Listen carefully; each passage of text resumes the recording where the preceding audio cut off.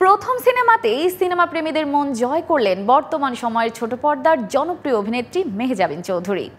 জয়া আহসান থেকে শুরু করে বর্তমান সময়ের সবাই মেহজাবিনের অভিনয় মনোমুগ্ধ হয়ে উপভোগ করেছেন।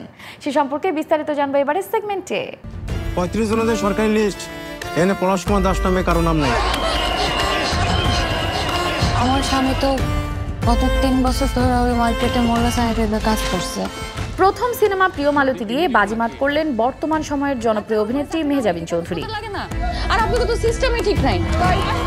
নারী কেন্দ্রিক গল্পে নির্মিত সম্পূর্ণ সিনেমাটি একাই শেষ পর্যন্ত টেনে নিয়ে গেছেন মেহজাবিন। এটা খুলে দেখো তো, কি ব্যাপারে কিছু জানো কিনা? সত্য ঘটনা থেকে অনুপ্রাণিত হয়ে সিনেমাটি নির্মাণ করেছেন Shankha Dasgupta. Casting definitely Mehazabien is a very important part of the whole project. এটা ছাড়াও আমাদের আসলে যতগুলো ক্যারেক্টার আমাদের পুরো গল্পের মধ্যে ছিল, আমার কাছে মনে হয় যে সবাই আসলে equally important to complement other characters. So আমার মনে হয় যে এর চেয়ে আসলে কে কত বড় নাম তার চেয়ে গুরুত্বপূর্ণ হচ্ছে কে কত আসলে শক্তভাবে ওই চরিত্রটা হয়ে উঠতে পারে। সো যখন আসলে চরিত্রটা হয়ে উঠতে পারে তখন আসলে গল্পকে টেনে নিতে আসলে খুব বেশি বেগ পেতে হয় না। সো ওই জায়গা থেকে আমি লাকি বা আমাদের প্রিপারেশনসও আমরা ওইভাবে নিয়েছিলাম যাতে আসলে সবগুলো ক্যারেক্টার দিন শেষে আসলে ওই চরিত্রটা লিভ করা স্টার্ট করে এবং চরিত্রটা হয়ে ওঠে। সিনেমাটিতে সমাজের বেশ কিছু অসঙ্গতি নিখুঁতভাবে তুলে ধরেছেন পরিচালক, আর প্রতিটি চরিত্রই দারুণভাবে সিনেমাটিতে ফুটিয়ে তুলেছিলেন কলাকুশলীরা। এই গল্পটা এতটাই গুরুত্বপূর্ণ যে এগুলো নিয়ে আমাদের কথা বলা উচিত।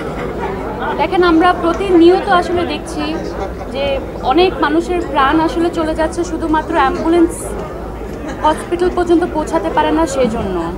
আমরা এটাও দেখছি বিভিন্ন রেস্টুরেন্ট থেকে শুরু করে বিভিন্ন মার্কেট আগুন লেগে যাচ্ছে, ওখানে ঠিক আগুন লেগে গেলে কি করা উচিত ওই ব্যবস্থাটুকু আসলে ঠিক মতো করা নেই। মেহজাবিনের প্রথম সিনেমা উপলক্ষে গত ২৪ ডিসেম্বর এক বিশেষ শোয়ের আয়োজন করা হয়। সেখানে আফসানা মিমি, জয়া আহসান থেকে শুরু করে শোবিজ অঙ্গনের এক ঝাঁক তারকার উপস্থিতি ঘটে। প্রত্যেকেই মেহজাবিনের অভিনয় দক্ষতায় মুগ্ধ হয়েছিলেন। আমার পাশে দাঁড়িয়ে আছে, মানে আমি ওর অভিনয়ের ভক্ত।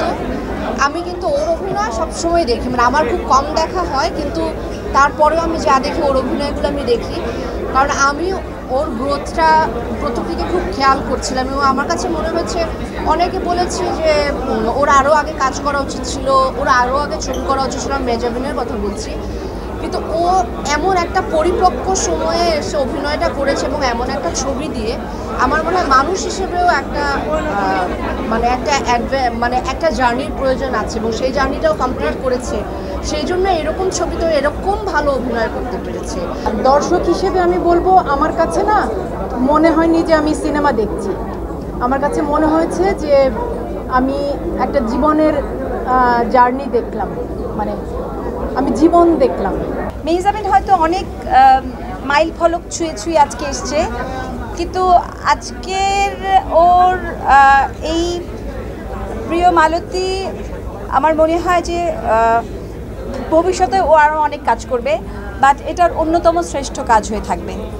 মালতীর সাথে যেটা ঘটলো, মালতীর যে স্ট্রাগল লাইফ, এটা প্রত্যেকটা নারীর জীবনে নানানভাবে আসে। হয়তো মালতীর জীবনে একভাবে এসছে, আর একটা নারীর জীবনে অন্যভাবে আসে। তো নারীদের এই ব্যক্তি জীবনে যে স্ট্রাগল বা তাদের যে কত কিছু ফেস করতে হয়, এটাই প্রিয় Malati. And Mehazabien is the best. আমার মনে হয় মালতী মেহজাবিন ছাড়া সম্ভব হতো না। আমার কাছে একবারও মনে হয় নাই আমি আসলে কোনো অভিনেত্রীর অভিনয় দেখছি। আমার কাছে মনে হচ্ছিল যে আমি আসলে একজন মাকে দেখছি, আমি মালতীকে দেখছি। আসলে এই ধরনের সিনেমা যদি দর্শক দেখে, এই সাহসী সিনেমাগুলো আরও বেশি হবে, আরও বেশি নির্মাণ হবে। আমি আপনাদেরকে আহ্বান জানাচ্ছি, প্লিজ সবাই প্রিয় মালতী দেখুন। তো আমার কাছে কেন জানি মনে হয় এই গল্পটা এত পাওয়ারফুল, এতগুলো কোয়েশ্চেন রেজ করে। এই গল্পের সাথে থাকতে পারলে খুব মজা হবে। আমি ট্রাস্ট মি, আমি জানি না আমার মানে কি, আমি কোনো আইডিয়াই ছিল না যে কত টাকা লগ্নি করতে হবে বা কিভাবে বানাবো আমরা, অথবা পরে গিয়ে কি হবে সেরকম কোনো প্ল্যান ছিল না। এটা জাস্ট মন থেকে মনে হচ্ছিল যে এই গল্পের সাথে না থাকলে এটা আমার জন্য হয়তো বা পরে গিয়ে মনে হবে যে এই গল্পের সাথে থাকতে পারলে অনেক ভালো হতো। বর্তমান সময়ের জন্য সমসাময়িক এই গল্পটি বিশ্বের বিভিন্ন দেশের ফেস্টিভ্যাল ঘুরে গত ২০ ডিসেম্বর দেশের প্রেক্ষাগৃহে মুক্তি পায়। সমালোচকদের মন জয় করলেও এখন দেখার বিষয় দর্শকদের মাঝে সিনেমাটি কি পরিমাণ সাড়া ফেলতে পারে।